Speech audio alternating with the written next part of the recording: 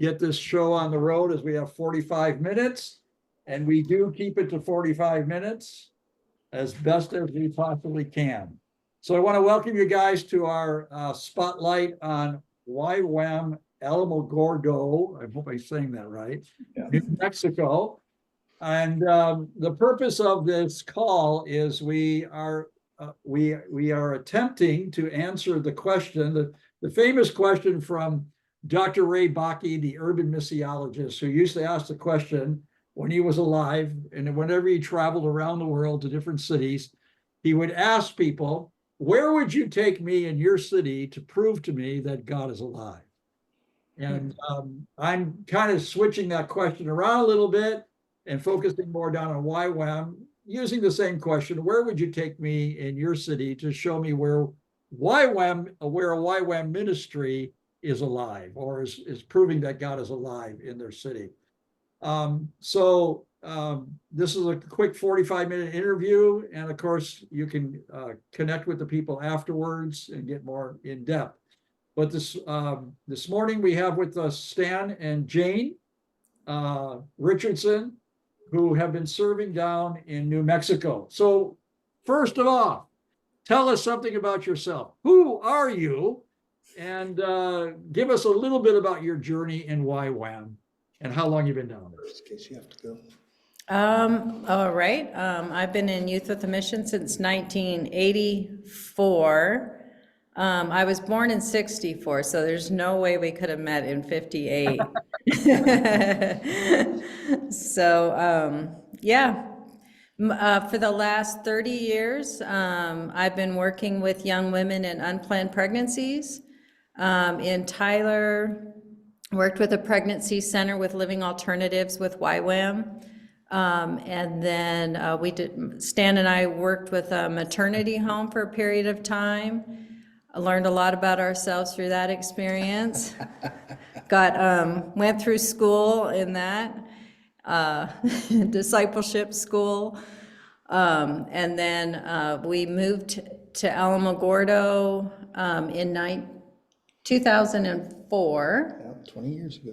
So we've been here for 20 years and mainly just serving, working with young women in unplanned pregnancies for the most part. And yeah, love it. Jesus is here. Amen. And Stan? I started with Youth with a Mission in 1982 and done a lot of different various outreaches. But after Jane and I got married, we joined up with the ministry helping young girls in unplanned pregnancies in Tyler and moved here in 04. And when we came here, there was the organization we were working with in Tyler actually helped set up the organization here that was helping young girls. And they had started a thrift store to help fund it. So when we moved here, there was that animal here that we had never taken part in before. And Jane bravely said, I'll do the pregnancy center, you do the thrift store. So I had lots of nights of This is very cold brave sweats. of me. So the thrift store was something that you pioneered. I'm sorry, the pregnancy center was something that you pioneered, and the thrift store was something that was in existence before you came? No, they were both here. There was a couple that came through some training that was happening in, I think back in '87. And our director then was really helping a lot of pregnancy help centers were kind of a new thing on the horizon at that time. And so she was helping other centers get started around the country. She helped start about 75 pregnancy help centers around the country. And this was one of them. And then after about 17 years, they called and said, we feel like our family's done with this. Do you have anybody there that can come take it on? And Jane had already been helping in that area for about 13 years. And so we came on, took on the center, but we knew there was a thrift store, but we didn't really know how to do it all. So right. I got to pioneer to that, I guess. All right, so we're going to come back to that story in just a little bit. But before we do that, we always like, because we're interested here in cities and our place and where we live.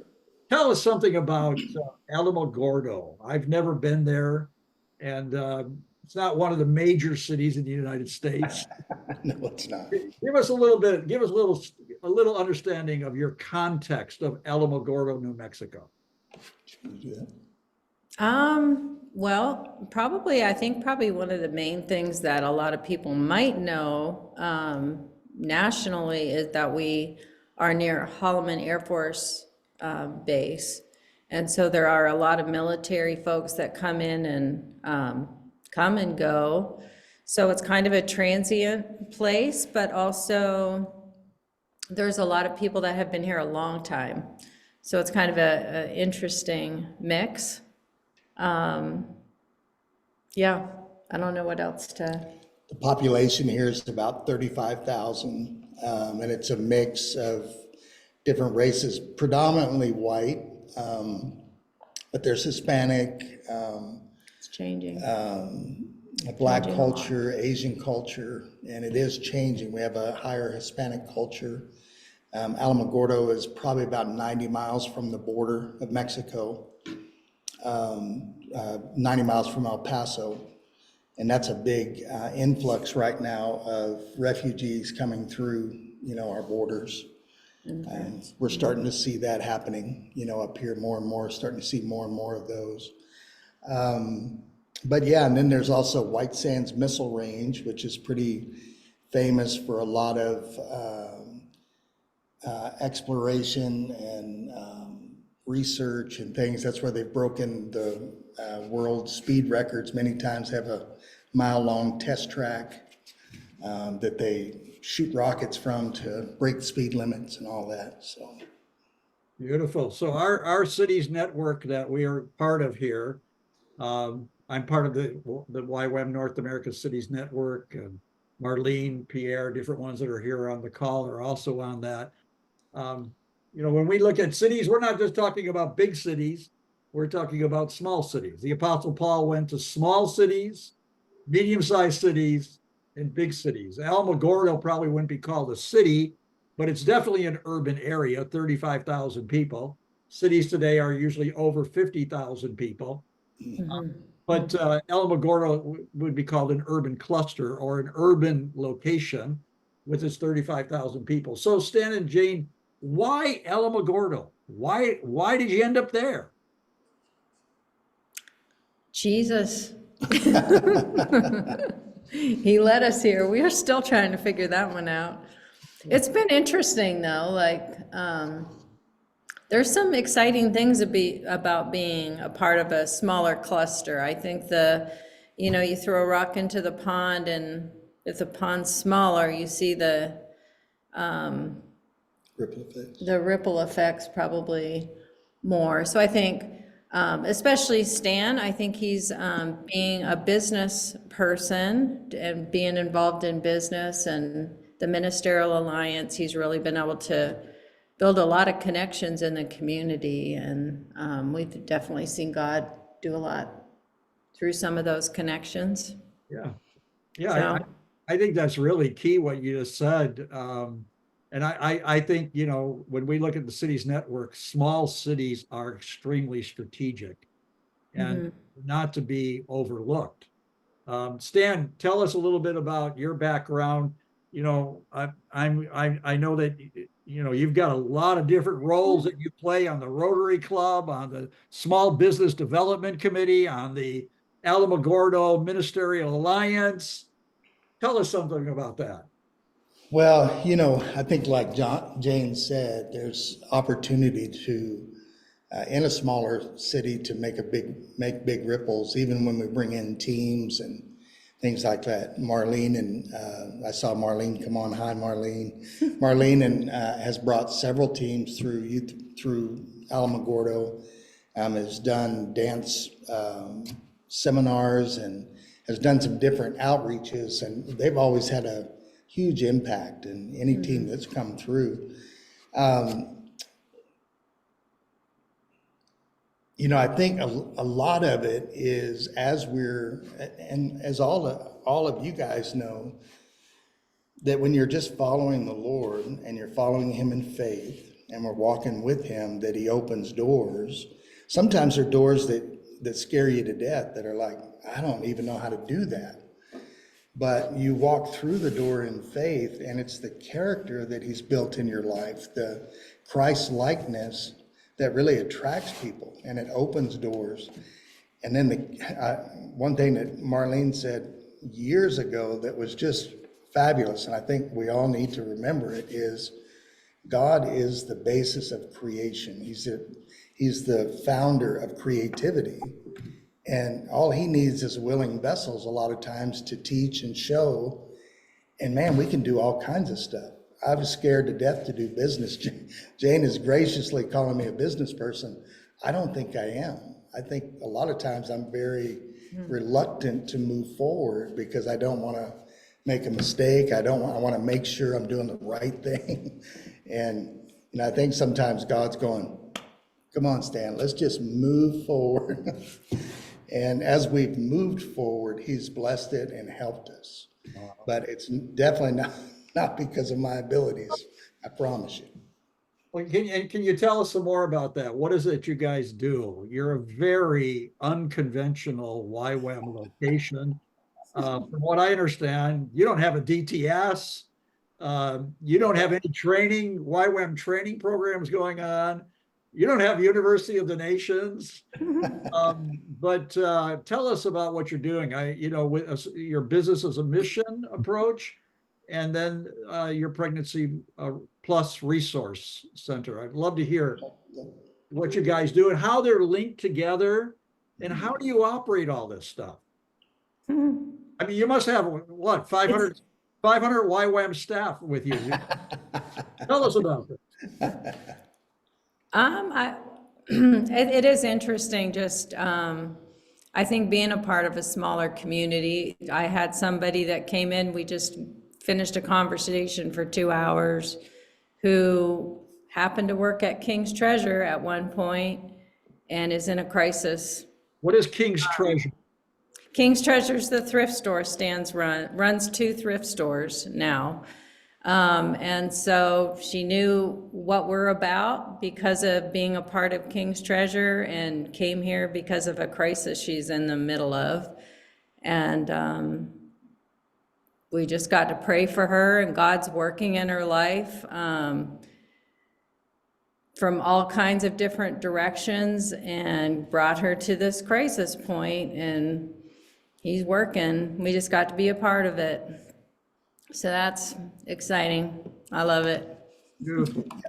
A lot of reaching into the smaller communities and even the bigger communities. We've taught on this at some of the different city ministry deals where, a pregnancy help center in any city would be a viable ministry, because there's so many young women walking through an unintended pregnancy, and abortion is kind of the pushed recommendation for that. But to have a Christ-centered pro-value approach, which is the woman involved who's pregnant is valuable. God sees her as valuable. The baby involved is valuable. The boyfriend involved who's struggling and everything, he's valuable. And where we get the raised eyebrows and eyelids around here is we say, even the abortion doctor is valuable to God. And God wants to reach them. God wants to help them understand his love for them. And so, really that can be transferred to any city and any ministry in the community. And Jane and the volunteers here have a great opportunity to share the gospel with these guys. I think as a nation, we're really seeing a lot more brokenness, and families where there's drugs is huge, leads to a lot of brokenness in people's lives. And really, honestly, there's not a lot of people that come here that are considering abortion. It's just a more conservative community. And so, but there's brokenness. And so, really a lot of our ministry is just ministering right into the brokenness of what's going on. prayer for people. A lot of atheists. I mean, we see the trends in society of, yeah, I mean, when we first started here 20 years ago, it was probably 80% Christians, if not more, and then a lot of Catholics. Maybe between the two of them, I'd say 90% Catholic or Christian. Now it's the opposite. So it's probably maybe 10% Christian. Catholic or Protestant. Not a lot of Catholics. It's completely changed. So we've had to adjust to some of the demographics and changing some of the, yeah. I'm sure the cities, we're all in this, seeing the same things, but I love being a part of just being able to minister right into the families, and that's definitely part of my heart. And that's a center where people can, how many staff do you have? Is it a place where people just walk in for counseling? Give us a little snapshot of quickly how it operates. So most of the time they'll come through because of a pregnancy, they need a pregnancy test done. And then through that, we'll invite them to be a part of building blocks where they do classes and they can get stuff for their baby. But I think because we're a smaller community and people know about us, they'll just come because they know that's a place where I can get help. And so they'll come sometimes just for prayer, or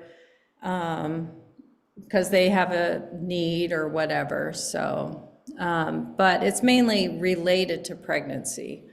So. Do you have a website? You can put it in the chat for us of your center? Sure. That would be great. And Stan, if you could tell us a little bit about your thrift stores. I believe from what I've heard, you've had 2 thrift stores. And if I remember correctly, you're employing over 30 people that are in these thrift stores. Tell us a little bit. What is a thrift store? What are you doing to the thrift store? How is it empowering people? And give us some of the background and, business's mission. What you said you're not a businessman, but you're running 2 businesses. Well, there's a thrift store concept, for those of you who aren't aware, is basically people donate items that they're no longer using, and we turn around and resell them. And then those profits go toward helping Pregnancy Resources Plus. And it just kind of helps fund them. We do get donations from individuals and from churches here in the community, but probably 60 to 70% of the operational budget comes through the thrift stores. Now, the question I get asked a lot is, do we get paid through the thrift stores? And we're YWAMers, so we raise our own support to be here. We're busier than a one-armed paper hanger. And so our board has allowed us to, they give us about $4.25 an hour toward our support that helps out. So it's about $1,500 a month that we both split plus our other support. So it's, $750 a month each for what we're doing. So it's not really getting paid for it, but we both work probably between the time we're in the office and all you leaders understand this, all the planning and all the 3 o'clock in the morning, you're up going, okay, I got to get ready for this meeting. And it works out, we're probably doing about 60 to 70 hours a week each. And it's just, it's just part of life and what we're doing. But a thrift store is a great concept because you can sell things cheaply. And in a poorer community, it's great. Alamogordo tends to be a poorer community. I think the median wage here is about $30,000, $33,000 a year, but there's a lot that are under that poverty level. And so to be able to come in and get a pair of jeans for $3.50 and a pair of shoes for $2 and we've been able to, through the generosity of the community, provide a lot of low cost items, quality items to people. And we get all kinds of stuff donated from used socks to vehicles, and so anywhere in between. Wow. And Stan, you have over 30 employees, so I have to imagine these thrift stores are not small places. Do you have a warehouse? And it sounds like it's quite a big operation to me. Well, in Alamogordo right now, we basically have been able to acquire a city block right on the main drag. And so we have the stores on one end, we have our administrative offices in the middle, we have a big warehouse, and then we have a processing center. And the processing center actually processes all the donations for both stores. In the warehouse, we're very fortunate to be able to buy this property as a warehouse because it really helps both of the stores. We're able to keep things that we're not selling in that season and keep them until the season comes around. So we're staying ahead of the seasons we're in. And so it's really a blessing. When I think you and I talked when our government was bringing over the Afghan refugees, Holloman Air Force Base was a big holding place for them. And they would have about 5,000 to 10,000 refugees there at a time. And it just came in to where we were in the middle of transitioning our clothing from season to season. And we had a bunch left over, and we were able to give probably $25,000, $30,000 worth of clothing to the Afghan refugees to be distributed through the Air Force Base. And, they called and just said, "Hey, do you have any extra clothes?" And we said, "If you'll come now, we can load you up." So it was a real blessing to be able to partner with them in that.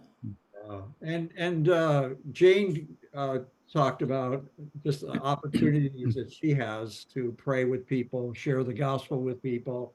What about you, Stan? You're running a business, and are you employing all Christians in your company? What are the opportunities that you get? Can you mix faith in the workplace? And what are some of the challenges, and how does that work?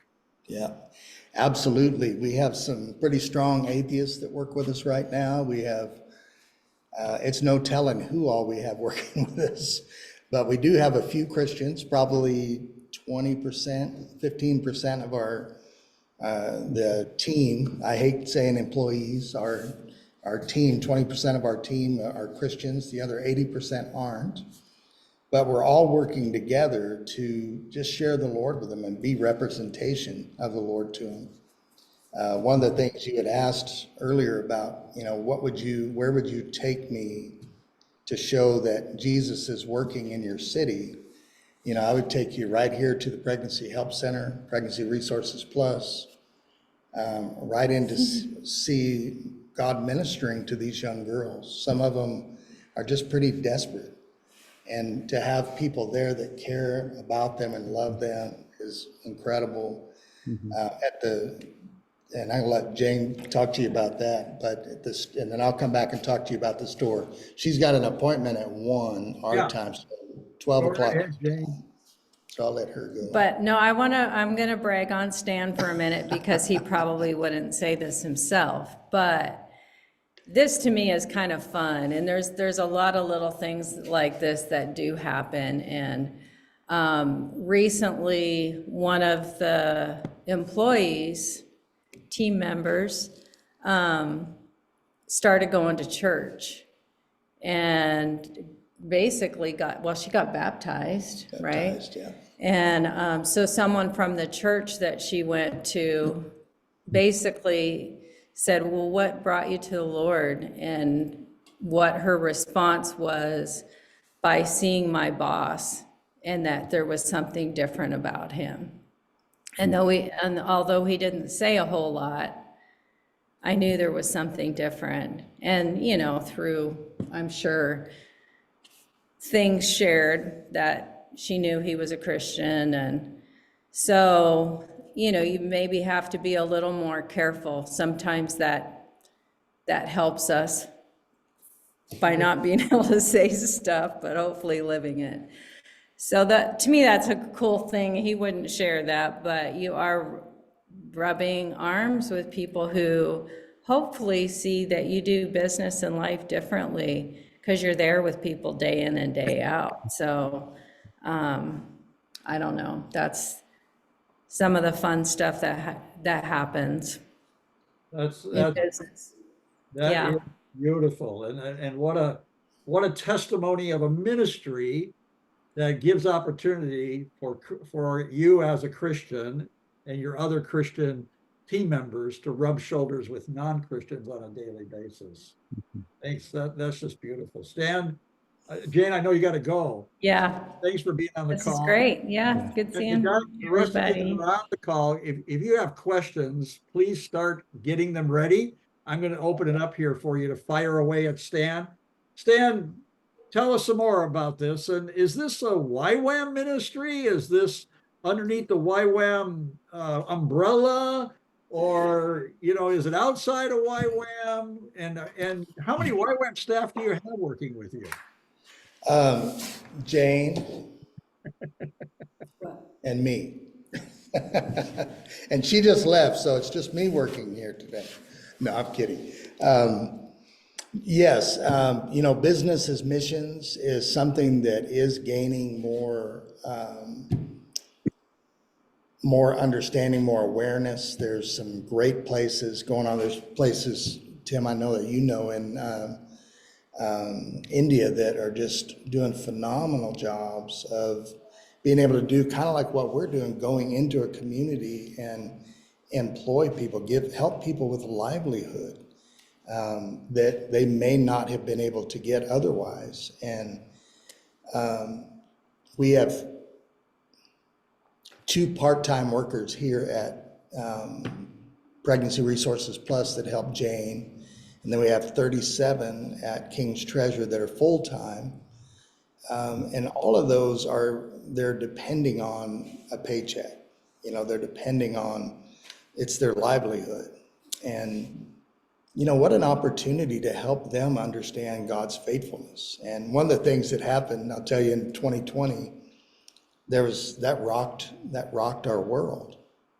When COVID hit and things just started shutting down. Well, we were mandated to close for 10 weeks. And that was a long time to not have income. But as we were praying about it, we just felt like the Lord said to bring your 5 loaves and 2 fish, and he'd take care of the staff. And we thought it was just going to be like a 2-week deal. So we thought, we just told everybody, hey, we're going to have to close, but we want to continue paying everybody.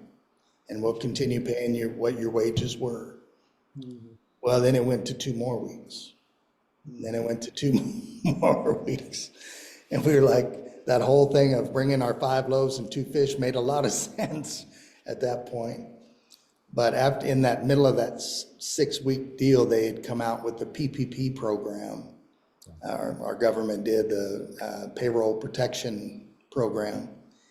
And because we were continuing to pay our staff, our teammates, they kicked in and started helping us. And it really made a huge difference, but it really blessed our team.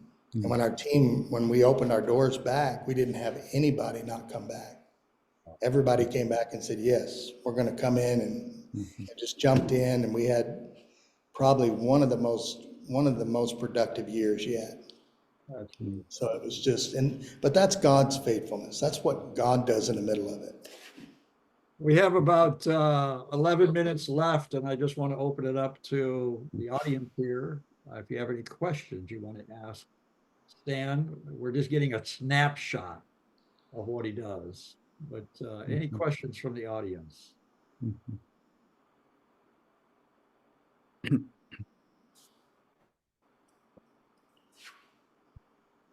Well, Stan, if I could just take if I could just take a moment here, you're running two thrift stores, and it seems that you have quite a large center where you receive donations and you process them. I'm wondering because my daughter-in-law here in Montreal is actually the director of a province-wide organization that brings together all the thrift shops across the province. So it's a large representation, and they've and her studies was in environmental studies, and so again with recycling, so it had a whole other gist to it than just funding a particular ministry. Have you been able to integrate, and has this given you opportunities perhaps to have a voice as well in more environmental issues? Not at this point, Pierre. Okay. Probably where we're at. We do a lot of recycling though, and I think yeah, that's a great point. A lot of the things that we would discard and not sell, we actually or sell in the stores, we actually sell back to another company in Dallas. And we fill up a semi-truckload of things that we would put in the dump. We fill up a semi-load probably every 3 months and ship it back to them. And they actually buy it from us and send it out. That's excellent. That's excellent. Listen, I would just recommend that kind of reflection, because in my theological perspective, the gospel is also green, and reconciliation, is at all levels, our relationship with God, with ourselves, with our neighbor, and also with the earth that we're called to steward. And and I've just found the whole environmental issue just a great platform in which to interpret my faith. And as you say, 90% of your workers are secular. Well, hey, and probably a lot of the business connections that you have are secular as well. Well, these are platforms, places of connection, and where you're able to bring a wider sense of what the gospel is as well. A wider, what I call a holistic understanding of redemption. Sure. It's not just me and God. It's me, God, and everything else. And so that's it. So I would just encourage that kind of reflection. Sure. And there's a lot of great literature. And just as an added and at this point in our history, an essential element of conversation and reflection, theologically speaking. Very good, Pierre. That's a good reflection. The gospel is green. Gospel is green. Coming from Montreal, where it's mainly white with snow. All right, any other The snow reflections? has melted. Any other feedback or comments or questions that you have? I started with a question, but I think you answered it. But I think it's maybe a prayer point for all of us to be in prayer for you guys. And that is, you spoke about how Christianity is now like 10%. And I would imagine, or at least I know when you guys first moved there, when I was first visiting you guys, the majority of your volunteers came from the church and those networks. And now, as I heard you and James share stories about a lot of your team members being non-Christians, and so that's just such a dynamic, it's such a harder dynamic to get volunteers when you're having to really go out into the bushes versus into the churches to get volunteers. So that was part of my question. I feel like you answered that, but I was asking the percentage of your team, because with the Crisis Pregnancy Center, those have to be Christians, I would imagine. So where do you find your volunteers, and is that a prayer point?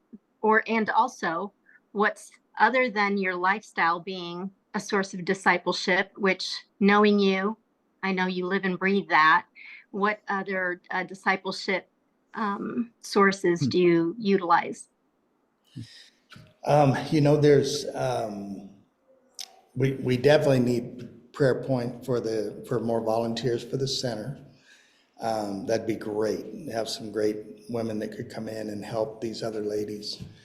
The discipleship part, you know, we've added a part where we're reading books together, especially our leadership team. We'll read a couple of books a year and just talk about them. You know, we read a chapter a week and talk about it. And it's been interesting because one of our leaders, who actually wasn't a Christian at the time, came to us he was from a pretty messy family, but he came in and God just started touching his life, you know, and we started reading these books together. He's a good manager, a real nice guy. And we started reading some John Maxwell books. We read one by James Hunt. I think James Hunt, the world's most important leadership principle. And he just got really impacted by it. Well, now he's leading groups, book groups with other members of the team, saying, hey, I read this really good book. You guys want to get together and read this at lunch? And so that, you know, they just get together at lunch and talk about it for an hour. And we're really seeing it impact some people's lives and drawing them closer into Christ, you know. And so I think it's a lot of fun. We had one gal, just real quick, that she was very introverted. She didn't speak out. She was a hard worker, just a great young lady. And we started a Phil meeting where it's called Foundational Investment Luncheons, for people who are really showing that they want to be, that they're doing a great job. We just want to invest back into them. And when we started, she didn't hardly say anything. And then after a couple of them, she said, oh, she would have all these things to say. And I told her, you know, it's really brave of you to jump in there and communicate like that. And she looked at me and she said, you know, you guys have helped me be brave. It was just really cool to hear that. And I think those are the things that, you know, God's working. So. All right, got time for one more question.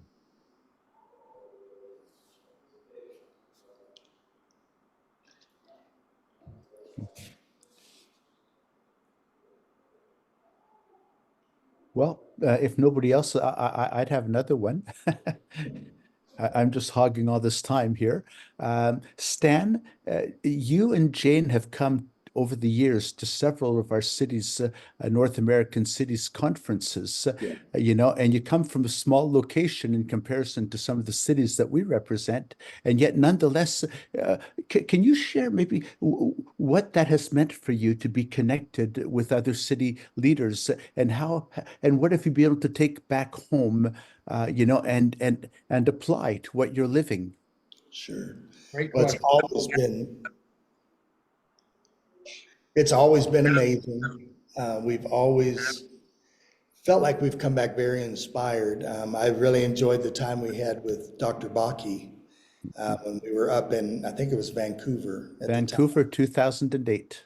Beautiful. It was such an incredible time. And we just came back, and both Jane and I were just very blessed and inspired by it. And you know, I think just getting together and hearing what God's doing in all the different cities, that he is working, you know. And I think Jesus said that, and I can't remember where in the gospel, but he said, my Father's working, and he's working all the time. And you get to see that. You get to see a picture of it. And I know each one of us are struggling and, you know, slugging it out in our own cities, but just knowing that God's working, you know, and that, man, he's behind us and he's helping us move forward. That's great. Thank you so much. Well, guys, I would like to keep this to 45 minutes. It's now 12:13, so I'm going to bring it to an end. Stan, have you ever had any pushback in YWAM for what you're doing, which is so unconventional? Or have you felt the blessing from YWAM to go forward in what you're doing? We've always felt the blessing, you know, and yeah, I think staying where it's not keeping the business as missions and not as our sole funding coming in. Some countries you have to do that, But I think when you can show the community that, you know what, I'm not trying to make out like a fat rat in a cheese factory here. This is all going back into the community and helping, economically stimulate, because we're creating employment income to people. And from what I understand, you fund the Pregnancy Plus resources, plus you also fund some international stuff and We some do. staff too, is that right? We do. We help missionaries, YWAM missionaries, kind of all over the country and different parts of the world. There's different projects we help out with. There's projects we help out with here. There's ministry outreaches in our community that we give to, and it's really helped God's helped it to be a blessing to many, and not just, it's kind of like the 5 loaves and 2 fish, except for I don't even think I came with that much. I think I had a minnow and maybe a cracker. Beautiful. Well, thank you so much, Stan and Jane, for doing this interview. Yeah. And this is, I'll be posting this, the recording, I'll be posting it on to the YouTube channel so that others can watch it. But this is really rich, just a lot of good stuff. And I'm sure, Stan, you could use some more staff there, YWAM staff, to join you on your. Absolutely. All right. Well, thanks, guys, for being on the call. Thank I you. do want to keep it to 45 minutes. And there it is, spotlight on YWAM Alamogordo. Well, thank you, Tim. God bless you guys. And we'll gather again every 30 to 45 or 60 days. Whenever the wind blows the right way, I'll do another one. And looking forward to another interview. We're trying to do spotlights that are answering the question, where would you take me in your city to prove to me that God is alive through your ministry? God bless you, and we'll see you next time. Amen. Thanks so much for this, Thank Tim. you. Thank you, Stan. Bye-bye. you, God everybody. bless. God bless you. Thank you both.